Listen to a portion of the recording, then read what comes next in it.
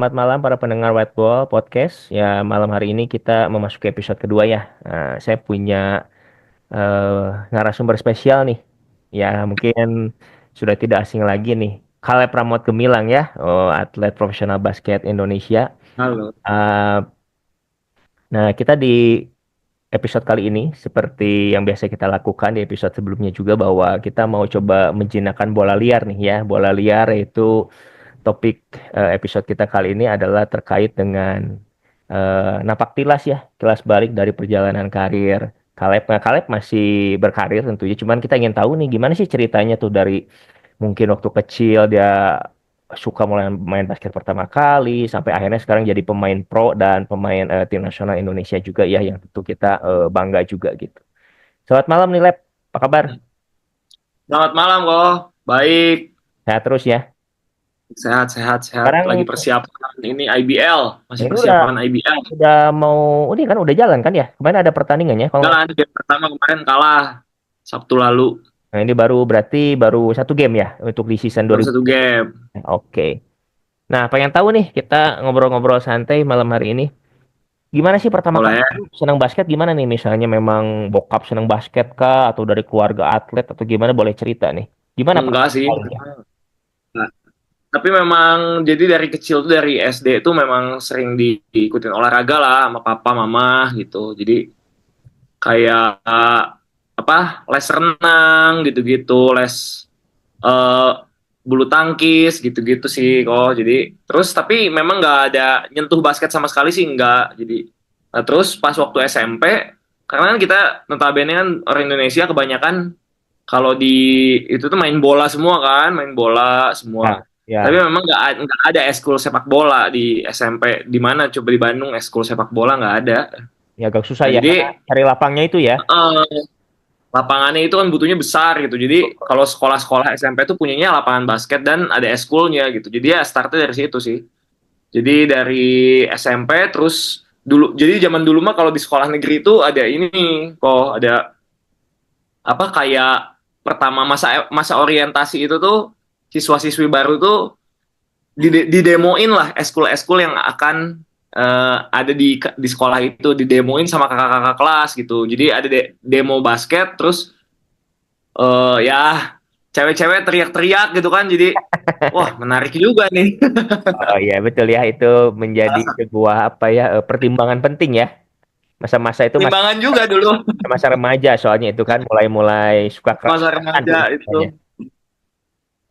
Terus masuklah akhirnya di situ. Nah pertama kali serius tuh waktu bisa masuk ke SMA pakai jalur atlet gitu. Jadi Oke. zaman gua tuh jadi zamannya nem semua kan. Ah, Terus kebetulan gua akademis ya nggak bagus juga lah, nggak yang excellent gimana gitu. Jadi bisa masuk sekolah negeri waktu itu di klaster 2 hmm, SMA 9 lewat jalur prestasi gitu. Terus bisa ngewakilin Kota Bandung, pekan olahraga pelajar gitu-gitu. Jadi hmm. di situlah udah mulai, oh kayaknya ada ininya nih, ada keseruannya, ada terus ada jenjangnya, terus waktu kuliah ditawarin di THB beasiswa 100% gitu. Jadi kayak banyak ngebantu orang tua sih. Jadi jatuhnya tuh gitu. Jadi ya jadi keterusan keterusan keterusan gitu sih.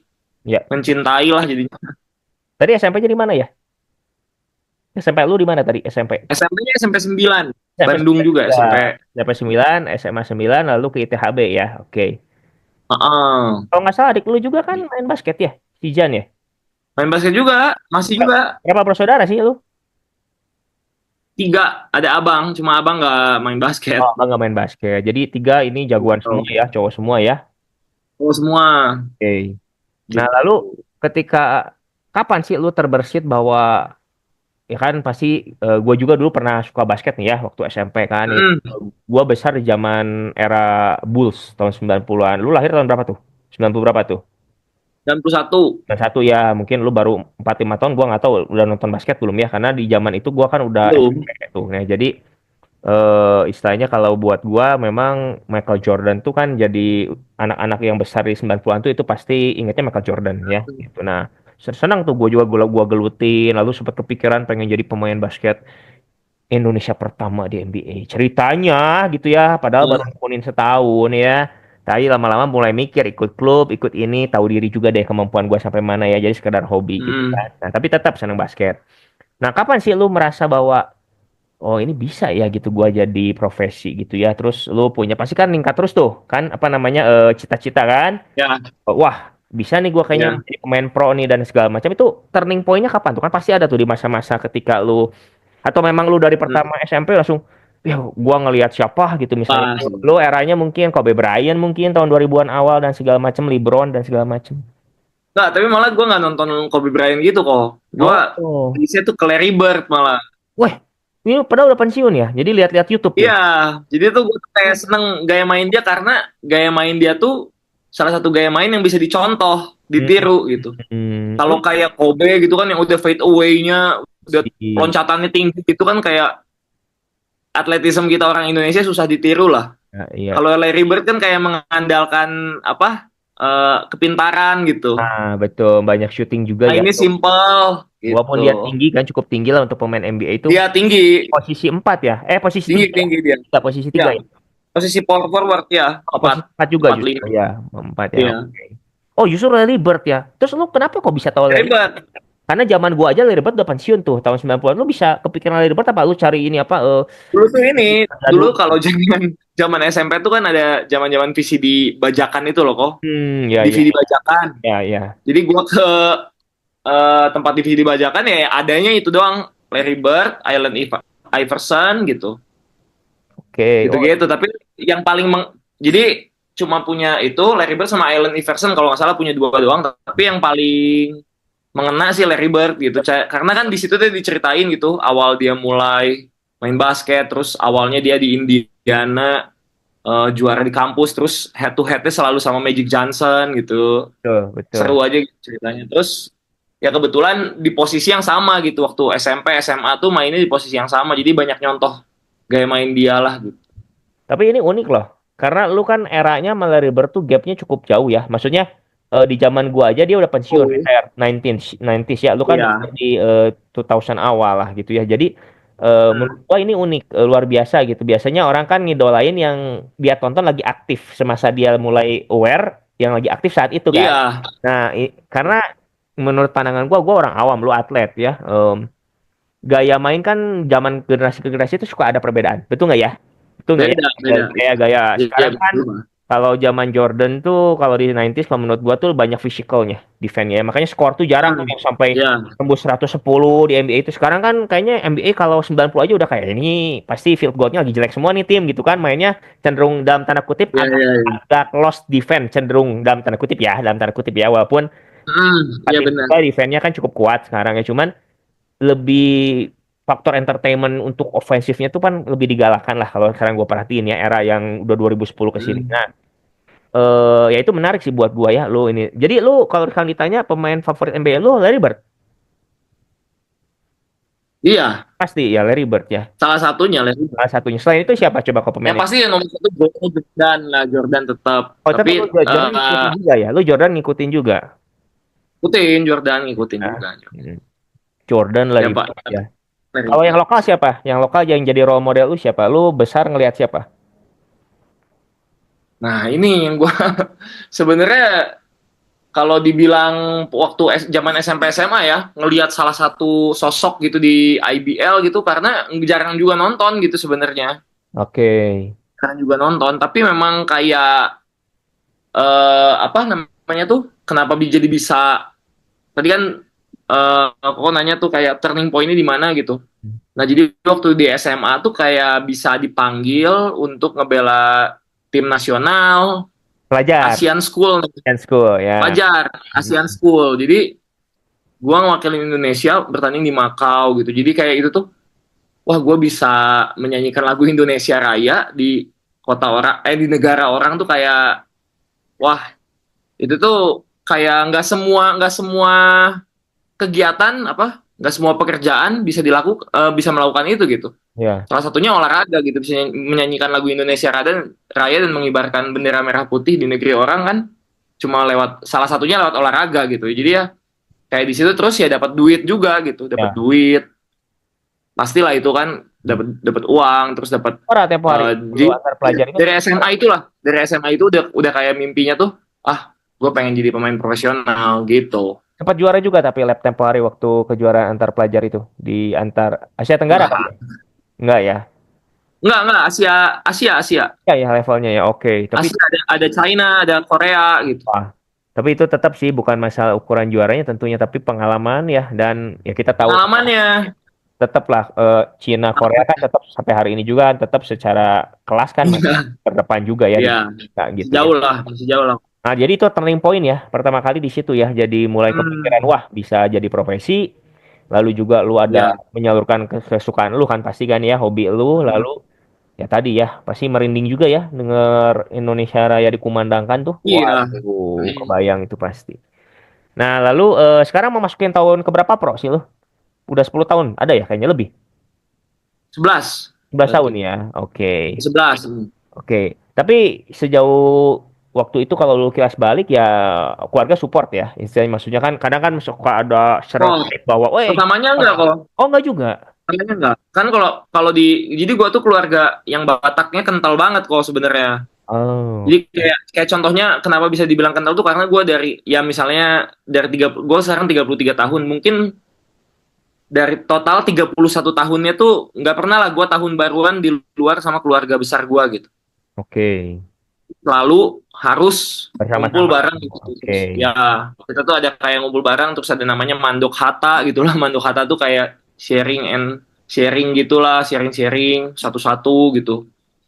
Jadi ya kayak udah kental banget. Terus kayak apa indikator kesuksesannya tuh bekerja di kantoran, jadi Ya, PNS gitu. Nah itu gua rasain lah. Jadi waktu gua kuliah di ITHB pun gitu kok, karena gue sebenarnya kan karena dari basket itu ditawarin di Unpar gitu, di Unpad ditawarin, tapi beasiswanya nggak full.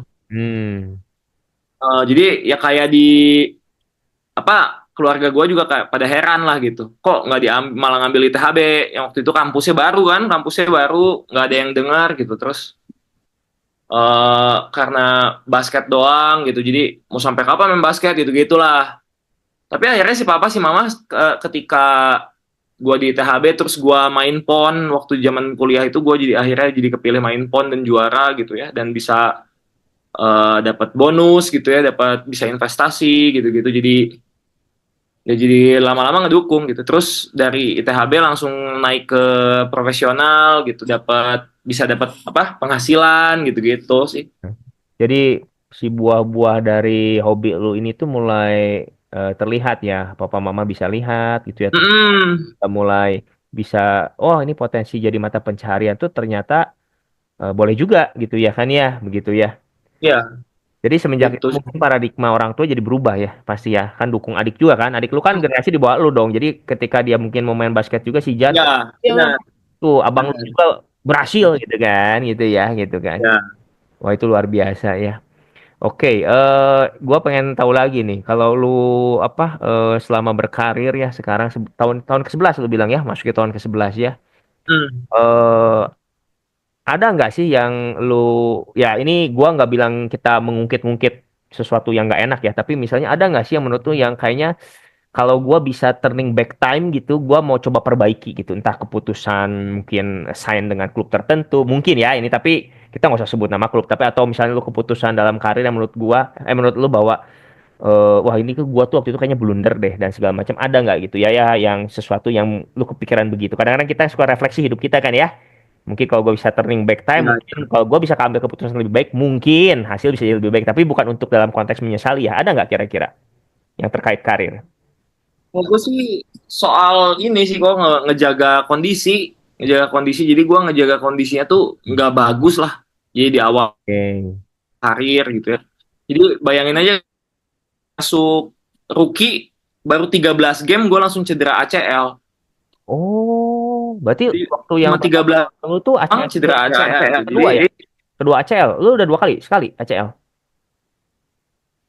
udah 2 kali.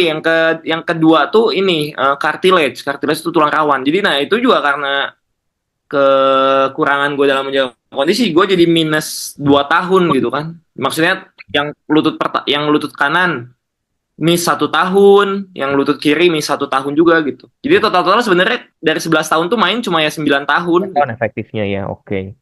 Nah ini Heeh. soal jaga kondisi itu apa? Pola makan, misalnya, Pola wah makan pasti pola makan, pola tidur semua ngaruh sih kok. pasti ya.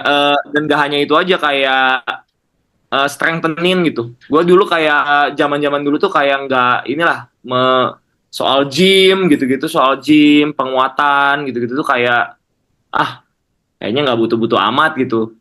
Karena main basket kan sebenarnya skill lah gitu. Ternyata tuh butuh gitu.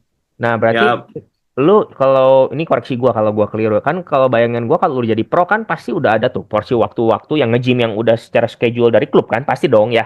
udah, Iya. udah. Nah, maksud lu tadi lu harus tambah porsi sendiri gitu untuk menjaga ritme lebih baik lagi atau dulu waktu lu masih SMA atau Hmm. gimana atau lagi kuliah yang seharusnya mungkin udah lebih aware atau gimana? Karena kan ya tadi klub kan pasti udah punya program yang lebih Waktu ini sih kok waktu waktu di awal-awal tahun itu sebenarnya memang udah ada gym, tapi hmm, nggak dibarengin dengan gaya makan yang bagus lah gitu. oke. Gaya makan, pola tidur gitu. Pola tidurnya masih begadang. Gua nggak begadang yang aneh-aneh sih, main game gitu. Begadangnya tuh main game gitu-gitu. Main Jadi gamenya padahal main game basket kali ya. kayak Main game main basket. game ini malah kok main game football manager, Oh ya, sepak bola ya. Itu gua juga dulu demen banget tuh sebelum gua sepak pensiun bola. akhirnya. Terus lu penggemar klub apa ngomong-ngomong? Penggemar klub apa? Chelsea Chelsea. Sekarang lagi nanjak lagi ya. Waduh. lumayan lagi nih Chelsea.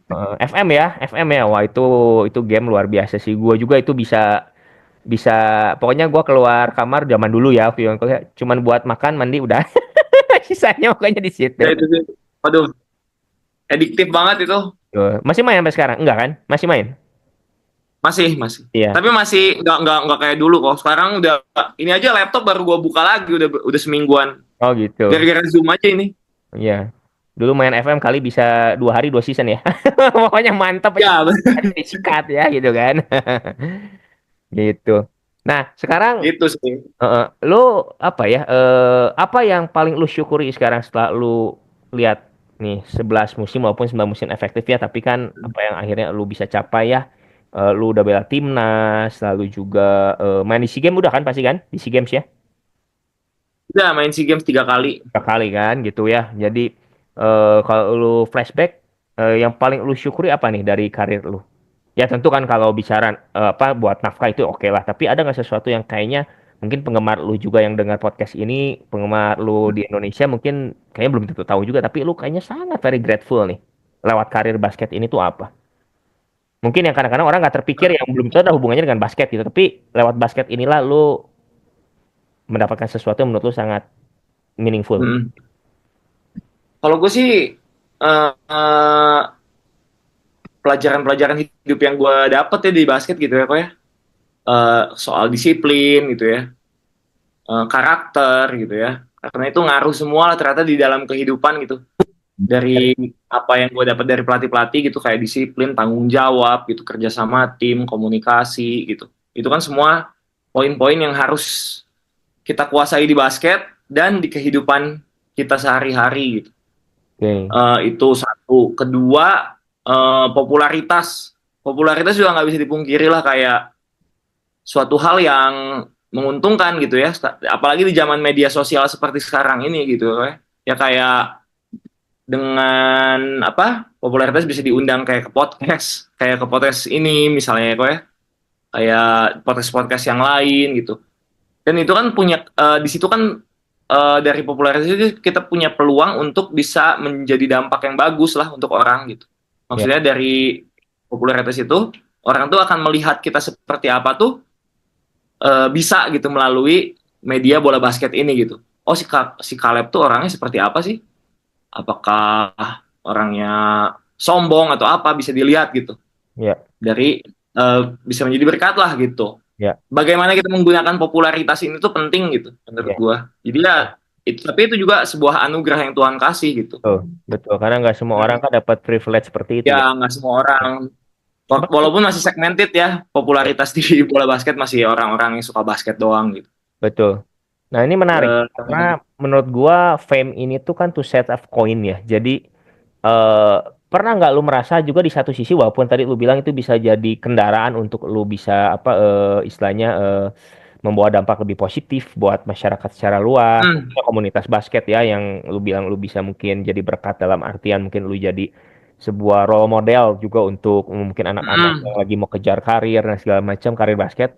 Nah, tapi di sisi lain pernah nggak ngerasa kayak, aduh, privasi gua nih rada-rada kurang ya. Lu kalau lagi jalan-jalan di mall gitu, kalau ada yang aware ini minta foto, tanda. Tapi sampai satu titik lu ada ngerasa kayak, ya inilah apa namanya trade off-nya gitu, bahwa privasi itu berkurang dan segala macam. Pernah nggak merasa begitu?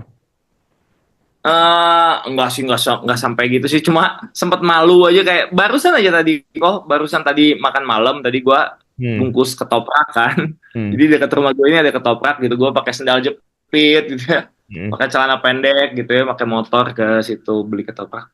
Terus ada yang nyapa gua gitu. Kak Kaleb katanya. Oh, iya loh. Maksudnya maksud itu kan kayak bukannya maksudnya gimana tapi gua kayak aduh gua lagi nggak rapi gitu maksudnya kan Hmm. kayak malu juga gitu Ya. jadi kayak gitu aja sih nggak sampai yang annoying gimana sih jadi kayak lebih ke aduh gua tuh harus lebih hati-hati gitu kayak apa berpakaian atau apa gitu kan karena itu tuh bisa jadi omongan mungkin ya omongan gitu ya kan kan gue tuh sebenarnya di Dewa United juga kan sebagai kapten gitu ya kayak ini kok kapten gak ada wibawa wibawanya gitu kayak gitu mungkin takutnya mikir gitu lah Hmm. gitu Oke. aja sih kok nggak ada yang sampai ngeganggu banget lah gitu. Oke. Jadi sekarang kalau bisa gua coba simpulin kalau terkait tadi kalau lu ketemu siapa ada yang nyapa di jalan, lu nggak ingat siapa, lu pasti mikir ini kayaknya tahu gua karena basket gitu kan ya. Pokoknya Iya pasti kalian pasti gitu pasti ya karena kalau kalau iya nggak apa lagi gitu kan ya gitu kan. Jadi pokoknya oh ini pasti karena basket itu. Nah, ini menarik sekali. iya Nah, sekarang gitu. ke depan apa sih harapan lu buat bola basket Indonesia secara umum? Ya, ini pertanyaan sebenarnya klise ya. Eh, Dan mungkin siapa tuh lu punya harapan pribadi yang let's say ya untuk bola basket Indonesia atau buat gue pribadi kok. boleh dua-duanya. Lu pribadi, karir lu sama Gue pribadi ya pasti gue pengen juara lagi lah pengen juara lagi sama Dewa United. cincin ketiga. eh Kejar cincin ketiga nih ceritanya. Cincin ketiga. Tapi Indonesia dapat cincin nggak sih ceritanya nggak ya trofinya? Kalau di IBL nggak cincin ya? Cincinnya disediain sama tim masing-masing. Oke, siap. Jadi Siap. timnya mau ngasih cincin atau enggak terserah timnya gitu. Karena kan kalau ring tuh image-nya di Amerika ya, hampir semua olahraga tuh ada ringnya Iya, biasanya di Amerika. iya benar Terus, gitu. eh Pengen juara lagi, terus pengen main SEA Games lagi karena jadi gue tuh sempat dibilang ini kutukan Kaleb gitu kok kalau kau tahu tuh. oh gitu, gue baru dengar tuh terus Jadi terang. gue jadi gua tuh 3 kali SEA Games, Hmm, tiga-tiganya selalu gagal gitu. Selalu gagal bawa medali. oke. Entah gimana lah. Jadi setiap gua nggak dimasuk, jadi kan gua masuk SEA Games 2013, Mm-mm, 2019 sama 2022. mm-mm. Jedanya jauh-jauh tuh. Ya, Yang yang tahun 2015-17 gua nggak main, dua-duanya dapat medali perak. Yang 2021 gua nggak main dapat emas. Jadi yang gua main 2013, 2019 sama 2023, sorry 2023 nggak dapet apa-apa gitu, kalah hmm. gitu sih. Jadi kayak diomongan gitu aja. Tapi lu Wah ini bisa setiap jadi pressure tinggi dong. Lu masih jadi pressure tinggi nggak ini? Buat atau jadi motivasi? enggak sih malah motivated gitu. Oke, Malah pengen. Jadi kayak gue di umur gue sekarang kan saingannya bukan bukan yang seumuran gue doang kan kok. betul, betul, Saingannya yang bawah-bawah nih yang muncul-muncul. betul. Jadi ya masih tetap haus lah pengen pengen masuk SEA Games lagi gitu ya. Pengen bawa Indonesia terus dia dapat medali lah itu sih Kapan sih pengennya tahu tahun sekolah ini basket tahun depan? Indonesia sih Tahun ini gimana kapan? SEA Games-nya kapan sih? Yang berikut tahun ini tahun depan? tahun ini Tahun ini tahun ya? ini Oke. 2025 2025 menjelang akhir. ganjil pasti selalu. Oke, Hah? ganjil ya. Menjelang akhir ya biasanya ya, bulan-bulan akhir ya, akhir tahun ya. Kalau nggak salah tengah tahun Oh, tengah tahun justru. Oke. tengah tahun kalau nggak salah ya kok ya gue agak-agak lupa lagi Tapi kompetisi kalau soalnya 2023 tuh hmm, eh tengah tahun ya tengah tahun Maret-Maret gitu Maret gitu ya. Maret April gitu. Kalau Maret Eh, April berarti ini dong, berarti di tengah-tengah kompetisi IBL ya. Sempat di hold dulu Iya, berarti. jadi jeda dulu. Waktu itu juga jeda dulu 2023. Gitu. Jeda dulu, baru lanjut lagi. Hmm. Kalau buat gitu. Kalau bola basket yang secara Indonesia umum sih harapannya kayak gamenya lebih banyak aja sih. Eh menurut gue sih salah satu gimana bola basket Indonesia bisa makin maju dengan nambah jumlah gamenya gitu. game ya. Jadi nggak pemain tuh dipaksa untuk eh mencoba tuh di pertandingan resmi bukan di latihan gitu kan kadang-kadang kita tuh wah kayak jago di latihan waktu tanding biar kurang karena apa mental lah apalah Ya. gitu. Sekarang Kalau di gameplay berapa lama kalau sebelum playoff tuh gameplaynya maksimal berapa sih? 30-an gitu satu musim setiap klub main tahun ini aja 28 regular season 28 8 game. tambah playoff tergantung playoffnya sampai mana. Oh, iya kan best of Kalau 3 sampai ya. final Best of 3 ya biasanya ya per best of tahunnya three ya. best of three best of three ya. Jadi maksimum paling sekitar 40-an ya. Iya, Kalau dibanding lebih ya 40 ini kan. kita selalu Sedangkan betul jauh ya barometer kalau ke NBA kan NBA itu 82 game 80 ya 80 belum playoffnya kalau lolos kan ya. iya belum playoff Ya ya. hampir mendekati 100 ya. Belum banyak precisionnya sekarang juga kan. Precisionnya Iya, banyak juga tuh. Ya, jadi iya. mungkin solusinya nambah klub tapi kayak nambah klub kayaknya agak sulit ya di liga lebih ke berarti Sulit. berarti ketemu satu tim mungkin bisa 3-4 kali minimal biar menambah jumlah frekuensi gameplay ya. 4 kali lah. Iya. Ya seperti Atau itu. enggak ditambahin ininya kayak ininya turnamennya kayak misalnya turnamen yang lokal doang gitu. Oh, Liga yang oke. lokal Oke. doang 3 bulan gitu. Liga yang pakai Ya. asing 3 bulan gitu. Nah, itu tuh Jadi menarik. ada Menarik. Itu menarik. ya tapi ya kita mau balik lagi lah kalau Indonesia kan ngomonginnya dana sih. Ah, betul, betul. Tantangannya Dana memang di industri oh, tantangannya itu. istilahnya udah apa ya? Ya, kita lagi-lagi barometer pasti harus keluar ya. Yang kalau basket pasti kan NBA. Itu udah sangat-sangat masif lah. Pasti. Itu kan jadi industri itu ya. Nah, ini dua pertanyaan terakhir, Lab. Yang pertama, apa namanya? Lu ngelihat sekarang lu kan udah berkeluarga, punya anak, ada tantangannya ketika lu masih istilahnya single atau masih pacaran berkarir jadi atlet dan sudah punya anak. Gimana nih tantangannya?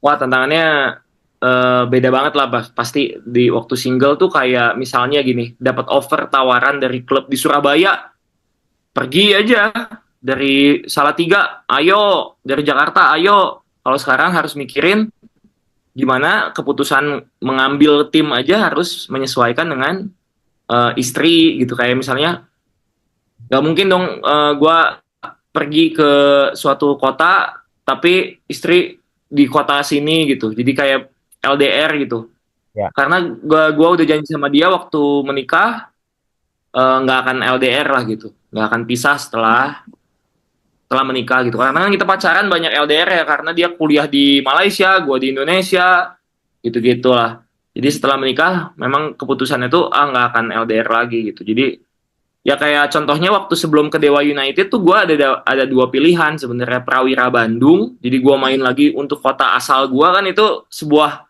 wah cita-cita banget lah bisa main lagi untuk kota sendiri gitu ya Prawira Bandung. Tapi satu sisi istri juga kuliah ngajar di UPH gitu. Jadi dia ngasih solusi ya udah saya resign aja katanya dari UPH. Tapi gue pikir lagi itu tuh lebih menguntungkan kita sebagai keluarga atau menguntungkan gua doang gitu. hmm, Kalau dihitung-hitung lagi ya akhirnya kita memikirkan oh kayaknya lebih menguntungkan kalau kita tuh tetap di Tangerang lah gitu. Jadi itu sih kalau menurut gua sih yang membedakan cuma itu aja sih kok mengambil keputusan tuh harus yang keluarga memasukkan keluarga di dalam situ gitu. Jadi bukan gua doang ya karena gitu sih. Terus ya kalau yang seharian sih eh ya paling perbedaannya ya pulang ke rumah ketemu anak gitu ya. Jadi dari latihan capek pulang ketemu anak gitu main lagi kayak fresh lagi gitu sih. lagi ya. Mungkin anaknya masih kecil kayaknya masih seneng aja lihatnya gitu. Mungkin nanti kalau udah gede mungkin udah menjengkelkan udah. Tapi ada fase-fasenya, ada fase-fasenya lab nanti dinikmatin. Tapi tetaplah menjengkelkan juga pas ketika lihat anak pasti biasa lu naluri seorang bapak papa tuh kan ininya.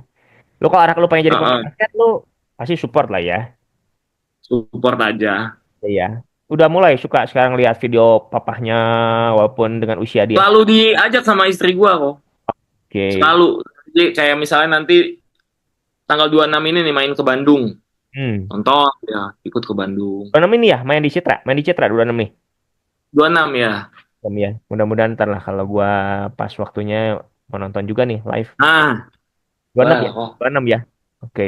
Berarti lawan Prawira, lawan Prawira. Kira Oke, siap. gitu. Nah, terakhir sebelum kita tutup nih episode kita kali ini, apa pesan lu nih buat anak-anak generasi di bawah yang mungkin sekarang masih SD, SMP tentang yang namanya berkarir basket, lu apa yang mau lu sampein? Satu jangan cepet puas yang pasti ya. Jangan cepet puas karena di atas langit ternyata ada langit. Jadi kayak lu udah ngerasa paling jago di tim lu, ternyata di luar tim lu masih banyak yang lebih jago gitu. Jadi jangan cepet puas. Terus terus kerja keras sih, terus kerja keras. Disiplin, attitude penting. Itu sih kok nggak ada yang spesial gimana sih. Kalau misalnya mau main basket lah, kalau misalnya mau main basket sih itu sih. Kalau menurut gua ya jangan cepat puas, jangan cepat puas. Oke, thank you. Kalau gua simpulin ya dari lu lihat napak tilas karir ya, jadi para pendengar What About Podcast bahwa benang merahnya kita bisa belajar bahwa yang namanya rasa tidak puas tapi dalam arti yang positif tadi ya untuk selalu Mm-mm. mengembangkan diri gitu ya itu kan karena Ya, di atas langit ada langit lagi. Nah, di situ attitude yang perlu dijaga biar kita bisa improve terus ya. ya. Kalau Pramod Gemilang, thank you ya buat waktunya nih malam hari ini pasti Thank banyak. you kok sudah mengundang. Jadi Mm-mm. White Ballers ya, tidak terasa kita sudah di penghujung episode kita kali ini ya. Jadi seperti biasa bahwa bola liar akan selalu ada nih. Jadi ya kita berusaha menjinakkannya, nah, tetapi sekali lagi kita akan menjinakkan bola liar tuh dengan mentalitas setiap pandangan subjektif tuh semoga bisa lebih objektif itu ya. Oke, salam sehat dan sukses selalu ke depan. Ciao.